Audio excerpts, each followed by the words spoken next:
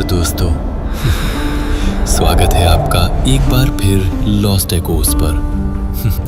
आप सबने माँ काली वाली वीडियो को बहुत प्यार दिया और आपकी ही रिक्वेस्ट पर हम लेकर आए हैं माँ काली का दूसरा भाग एक नए और भी प्रलयकारी रूप में।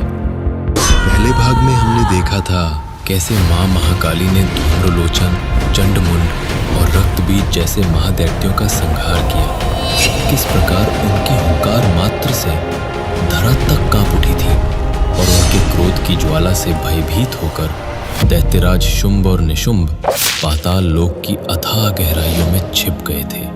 परंतु जिन असुरों का अहंकार और पुरुषत्व स्वयं अग्नि समान हो, वे कब तक छिप सकते हैं? शुंभ निशुंभ कोई साधारण दैत्य नहीं थे। उन्होंने सहस्रों वर्षों तक ब्रह्मदेव की तपस्या की थी। उनकी कठिन साधना से प्रसन्न होकर ब्रह्मदेव प्रकट हुए। मांगो, अमरत्व के अतिरिक्त क्या वर चाहिए तुम दोनों को? पुरुष हतो मृत्यु, स्त्रिया विनाश करियते। अर्थात हमें ऐसा वरदान दीजिए कि हमें कोई देव, असुर या मनुष्य कभी भी न मार सके। और स्त्री स्त्री तो अबला है, वो हमें क्या हरा पाएगी? एक स्त्री से बचने के लिए हम वरदान मांगे?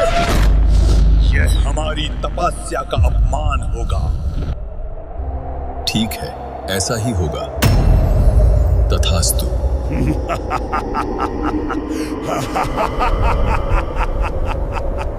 लेकिन उन्हें क्या पता था कि एक दिन वही अबला सृष्टि के तीनों लोकों को हिला देने वाली शक्ति बनकर प्रकट होगी। रक्तबीज, चंडमुंड और धूम्रलोचन के वध की खबर पाताल तक पहुंच गई। हर दिशा में एक ही नाम गूंज रहा था, काली, काली, काली। ये नाम ही शुंभ निशुंभ के अभिमान को भस्म कर रहा था। क्या तुमने सुना? वो जाग चुकी है, महाकाली लौट आई है। कोई भी हमारा रक्षक नहीं बचा। हम अमर हैं, लेकिन उसका क्रोध मृत्यु से भी भयानक है। चुप रहो महाराज,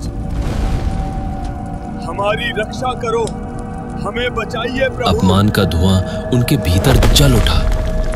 निशुंभ क्रोध से दहाड़ते हुए बोला, दादा शुंभ, हमारी समस्त सेना के भीतर काली का भय व्याप्त हो गया। काली आ गई, भागो। हाँ देखो, बस उसी का नाम गूंज रहा है। छिप जाओ, छिप जाओ। महाराज, क्या आप भी भयभीत हैं? हाँ महाराज, बताइए। एक स्त्री ने हमारी संपूर्ण सेना का अंत कर दिया और हम कायरों की भांति यहाँ पाताल में छिपे बैठे हैं। भय लग रहा है। माँ काली का नाम सुनते ही रूह कांप उठती है। अगर देवता भी कांपते हैं तो हम क्या? चुप रहो मूर्खो। काली का नाम लेते ही प्राण कांप रहे हैं। निस्संदेह तू सत्य कहता है निशुंभ, जिसे ये सब देवी कहकर पुकारते हैं। आज उसी के गर्भ को मैं चूर्ण कर दूंगा। महाराज, त्रिलोक को दिखाने का समय आ गया है कि दैत्यराज कहलाने का अर्थ क्या होता है।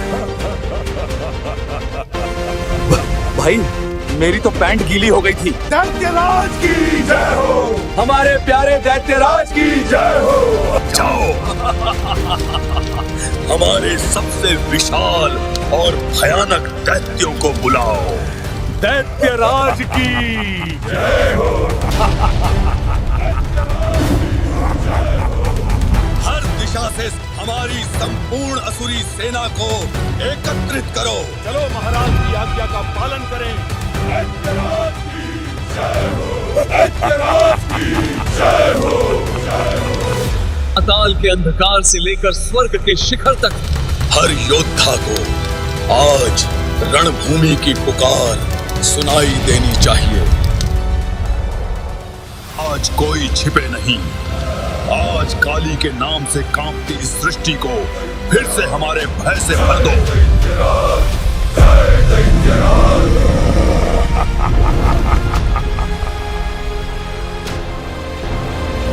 अंधकार के समुद्र से असुर निकलने लगे। आंखों में ज्वाला, हाथों में गदा और श्वास में प्रतिशोध का विष। धरती कांपी, आकाश दहाड़ा, पाताल से लेकर स्वर्ग तक युद्ध की गूंज फैल गई। किंतु इस बार मां काली अकेली नहीं थी, उनके साथ थी ब्रह्माणी, स्वयं सृष्टिकर्ता ब्रह्मा के तेज से उत्पन्न वैष्णवी, भगवान विष्णु की पालन शक्ति, माहेश्वरी, संहारकर्ता महादेव की क्रोधाग्नि से प्रकट हुई शक्ति, कौमारी, देव सेनापति कार्तिकेय की अजय वीरता का साकार रूप, वाराही, भगवान वराह की पृथ्वी उद्धारणी शक्ति, इंद्राणी, देवराजेंद्र की वज्रधारी शक्ति, नारसिंही, भगवान नरसिंह की प्रचंड संहार ऊर्जा, और साथ थी चामुंडा, मृत्यु का भी अंत कर देने वाली महाशक्ति।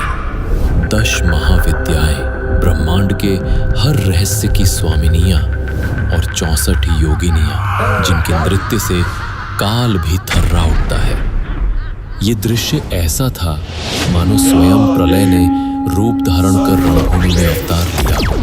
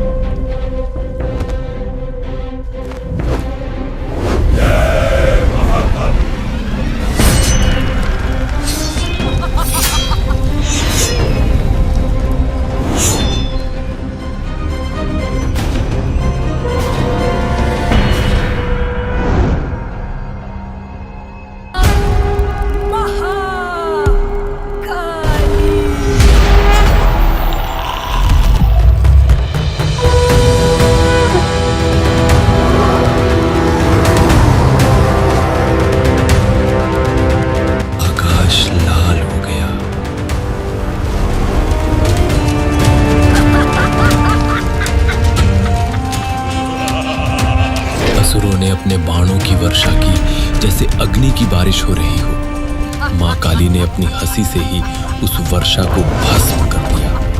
उनकी आंखों से निकली अग्नि ने दिशाओं को जला डाला।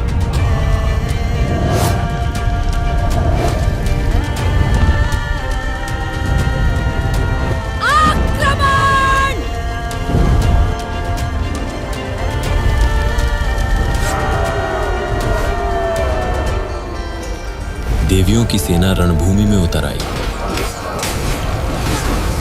माहेश्वरी ने अपने त्रिशूल से असंख्य असुरों को विदीर्ण कर दिया। वैष्णवी का चक्र घूमकर वज्र समान चमका और ब्रह्माणी के मंत्रों ने वायु में अग्नि प्रज्वलित कर दी।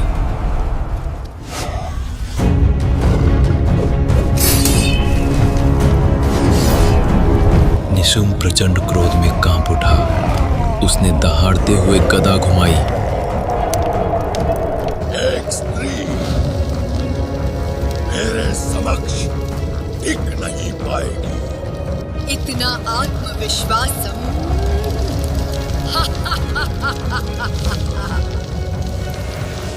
गर्जना से आकाश फट पड़ा। मां काली ने शांति से एक कदम बढ़ाया और केवल एक प्रहार में उसकी गदा भस्म कर दी। निशुंभ स्तब्ध रह गया, लेकिन उसका अभिमान अभी जीवित था। वो चिल्लाया और उसके शरीर से एक दूसरा स्वरूप प्रकट हुआ, पहले से भी विशाल, पहले से भी भयंकर।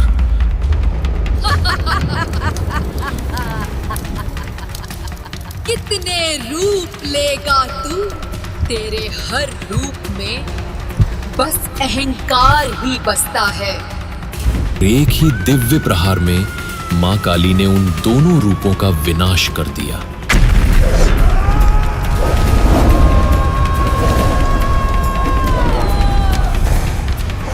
निशुंभ भूमि पर गिर पड़ा। उसकी आंखों में भय था, और सामने खड़ी थी जगदम्बा महाकाली, जिनकी ज्वाला से स्वयं मृत्यु भी थर्रा रही थी।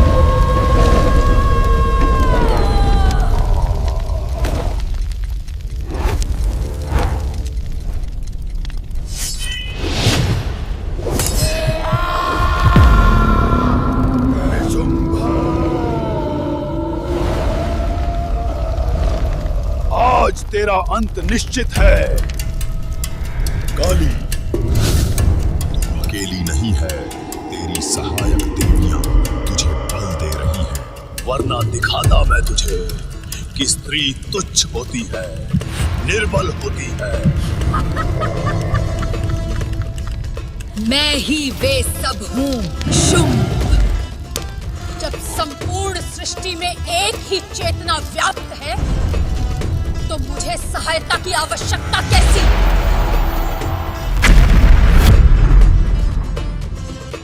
जैसे ही माँ ने ये वचन कहे, समस्त देवियां एक एक कर माँ काली के शरीर में विलीन हो गईं। अब वह केवल एक महामहिमा संपन्न देवी शेष थी, स्वयं महाशक्ति का मूर्त स्वरूप। माँ काली पुनः अपने आदि रूप माँ कौशिकी में आविर्भूत हुई।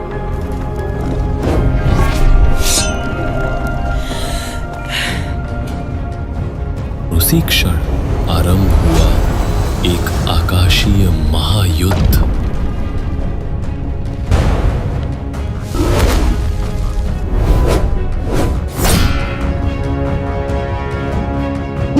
मां ने अंतिम प्रहार किया।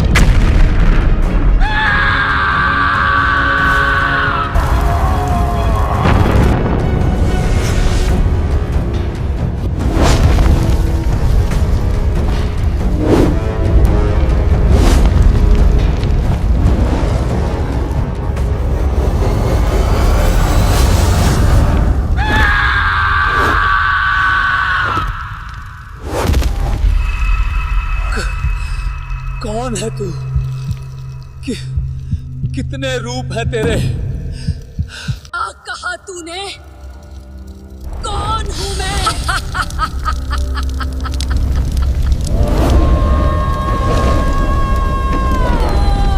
मैं ही ब्रह्माणी, मैं ही वैष्णवी, मैं ही भद्रकाली, मैं ही माहेश्वरी, मैं ही नारसिंही हूँ। मेरी ही ऊर्जा से 10 महाविद्याएं प्रकट हुई, मेरे ही तेज से सृष्टि का निर्माण हुआ।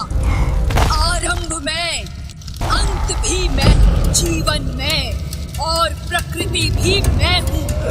और मैं ही हूँ वो जिसे तूने विवाह का प्रस्ताव भेजा था। मैं ही हूँ कौशिकी, मैं ही हूँ महाकाली।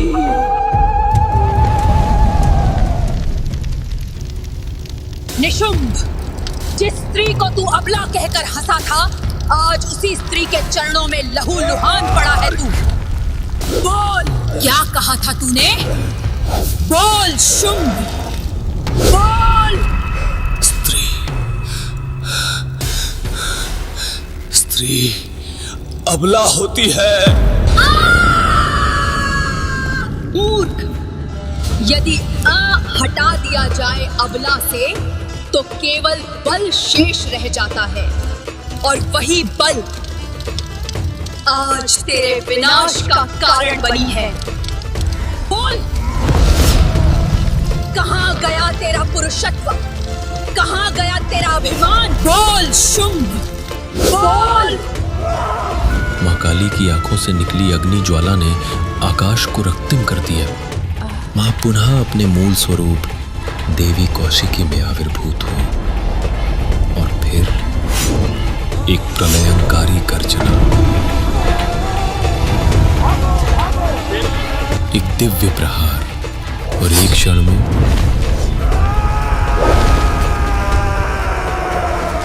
सारा रण क्षेत्र मौन हो गया।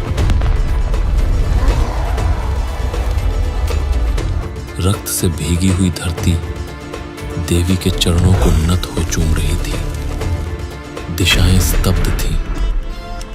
वायु ने अपनी गति रोक ली और उस मौन के बीच केवल मां काली की प्रलयकारी हुंकार गूंज रही थी। स्त्री ही शक्ति है और जब यह शक्ति क्रोध करती है तो स्वयं काल भी थर्रा उठता है।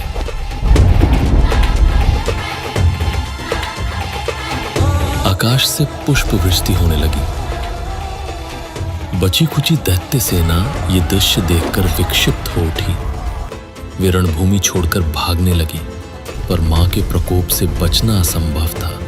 कुछ कौमारी की शक्ति से भाले की वर्षा में नष्ट हो गए, कुछ को ब्रह्माणी के वैदिक मंत्रों ने पवित्र कर भस्म कर दिया, कुछ माहेश्वरी के त्रिशूल से चीर दिए गए, कुछ वाराही के थूथन प्रहार से टूटकर गिर पड़े।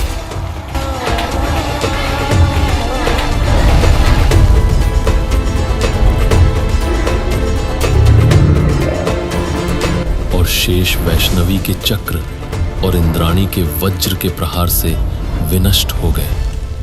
इस प्रकार मां काली ने शुंभ और निशुंभ जैसे अहंकारी दैत्यों का संहार करके त्रिलोक में पुनः संतुलन स्थापित किया। ये कथा हमें सिखाती है, जब अन्याय सीमा पार करता है तब शांति भी युद्ध का रूप धारण कर लेती है, और जब कोई स्त्री का अपमान करता है वही स्त्री महाकाली बनकर उसके अहंकार का अंत करती है। दोस्तों, अगर आपको ये कथा पसंद आई हो तो चैनल को लाइक, शेयर और सब्सक्राइब जरूर करें। यदि कोई त्रुटि रह गई हो तो कृपया हमें क्षमा करें, क्योंकि देवी कथा का वाचन हमारा नहीं, उनकी इच्छा का प्रसाद है। क्या आप मां काली की किसी अन्य लीला का वर्णन सुनना चाहेंगे? तो नीचे कमेंट में अपनी भावना अवश्य व्यक्त करें। अभी के लिए हमें आज्ञा दीजिए। मिलते हैं अगले अध्याय में। जय मां काली, जय मां दुर्गा।